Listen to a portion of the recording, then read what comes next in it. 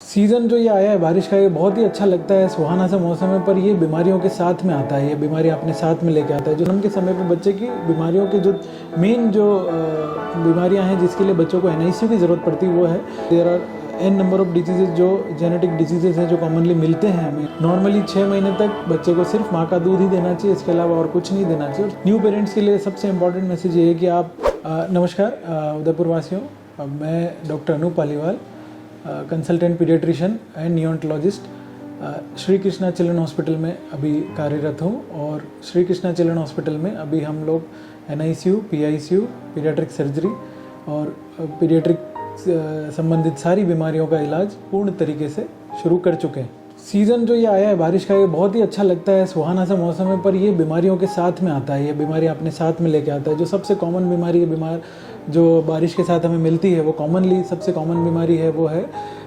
Malaria, जो कि बरसात के पानी में पनपने मच्छरों के पनपने से होते हैं। दूसरा है डेंगू। तीसरा है पानी क्योंकि बह के मिक्स हो जाता है और ख़राब पानी पीने में मिलता है, तो उसकी वजह से डायरिया होने के चांसेस बढ़ जाते हैं। उल्टी, दस्त, डायरिया, हैजा, ये सारी प्रॉब्लम्स बरसात के साथ में बढ़ जाती है। और स्किन रिलेटेड प्रॉब्लम्स भी काफ़ी बढ़ जाती है क्योंकि इस समय पे ह्यूमिडिटी रहती है और स्किन रिलेटेड स्किन के इन्फेक्शंस, ये सारी चीज़ें बढ़ जाती है बच्चों के अंदर देखने के लिए। जन्म के समय पे देखिए बहुत ही मतलब क्वेश्चन का आंसर देना चाहें तो अपन काफ़ी टाइम लग सकता है, पर मैं आपको बहुत ही शॉर्ट में बताऊंगा कि जन्म के समय पे बच्चे की बीमारियों के जो मेन जो बीमारियां हैं जिसके लिए बच्चों को NICU की ज़रूरत पड़ती है वो है जो समय से पहले जन्म जाए बच्चे, पूर्व मतलब कि प्री टर्म, जो समय से पहले, जैसे 9 महीने पे बच्चा जन्मना चाहिए तो वो 7वें महीने पे, 8वें महीने पे या 9वें महीने की शुरुआत में जन्म रहे हैं, उन बच्चों को ICU की ज़रूरत रहती है। वो एक तरह की प्री मैच्योरिटी की बीमारी, उसमें जो मेन प्रॉब्लम आती है वो बच्चे लंग्स मैच्योर नहीं होते, तो उसको बोलते हैं रेस्पिरेटरी डिस्ट्रेस सिंड्रोम, जो हाइलिन मेम्ब्रेन डिजीज़ के नाम से जाना जाता है। इसमें बच्चे को ICU की ज़रूरत पड़ती है और सर्फेक्टेंट नाम के पदार्थ की ज़रूरत पड़ती है जिससे फेफड़े फूले।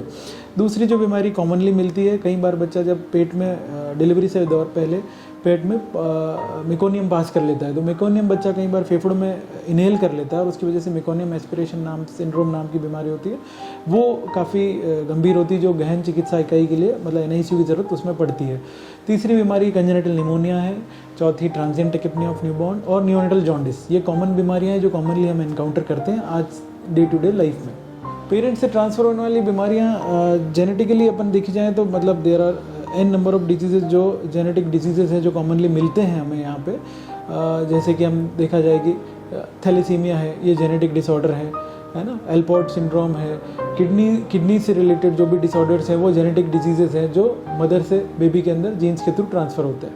न्यूबॉर्न बेबी जो जन्म के 72 घंटे के अंदर जो वैक्सीन लग जाना चाहिए वो BCG, हेपेटाइटिस B और पोलियो वैक्सीन है। पोलियो ओरल दिया जाता है, हेपेटाइटिस B और BCG के इंजेक्शन लगते हैं। नॉर्मली 6 महीने तक बच्चे को सिर्फ माँ का दूध ही देना चाहिए, इसके अलावा और कुछ नहीं देना चाहिए। और 6 महीने के बाद से हम बच्चे को खाना पीना इंट्रोड्यूस करते हैं। बच्चों को टीके सबसे ज़्यादा ज़रूरी हैं, मतलब लग जाने चाहिए, क्योंकि हमने कोविड वैक्सीन के टाइम देख लिया वैक्सीन कितना इफेक्टिव है। वैक्सीनेशन से हर कितने लोगों की जान बच गई। सेकेंड वेव के बाद जब वैक्सीनेशन आई तो उसके बाद हमें उतनी जाने नहीं जानी पड़ी। तो इसका मतलब हमें वैक्सीन के लिए जागरूक होना चाहिए। और 14 साल तक बिल्कुल आपने अच्छा सवाल किया, बहुत सारे टीके हैं जो लगने चाहिए, जिसमें सबसे इंपॉर्टेंट है DPT वैक्सीनेशन, जो कि आजकल गवर्नमेंट के अंदर इंक्लूडेड है। पर कुछ वैक्सीन जो गवर्नमेंट में नहीं अवेलेबल है वो भी हमें लगवा लेने चाहिए, जो कि हेपेटाइटिस A से बचाता है, टाइफॉइड से बचाते हैं, चिकन पॉक्स का वैक्सीन है वो लगता है।